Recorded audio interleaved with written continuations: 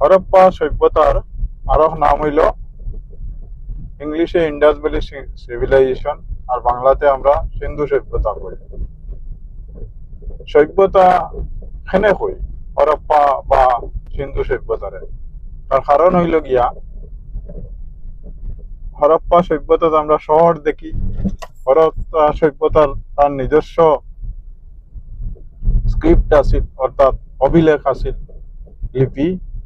হরপ্পা সভ্যতার মানুষের দূর দূরান্তর মানুষের সঙ্গে ব্যবসা বাণিজ্যর আমরা প্রমাণ পাই, যেমন আফগানিস্তান, ইরাক বা মেসোপটেমিয়া বা বাহরাইনের যে জায়গা আছিল, এই জায়গাগুলোর সঙ্গে হরপ্পা সভ্যতার ব্যবসা বাণিজ্য হইত। হরপ্পা নাম কেন হয়? কারণ 1920 ইংরেজিতে প্রথম যে সাইট আবিষ্কার হয়েছিল হরপ্পা সভ্যতার, এই সাইটটার নাম আছিল হরপ্পা, যার কারণে জন মার্শাল, তখনকার director general archaeological survey of India, তার নাম রাখলা হরপ্পা সভ্যতা।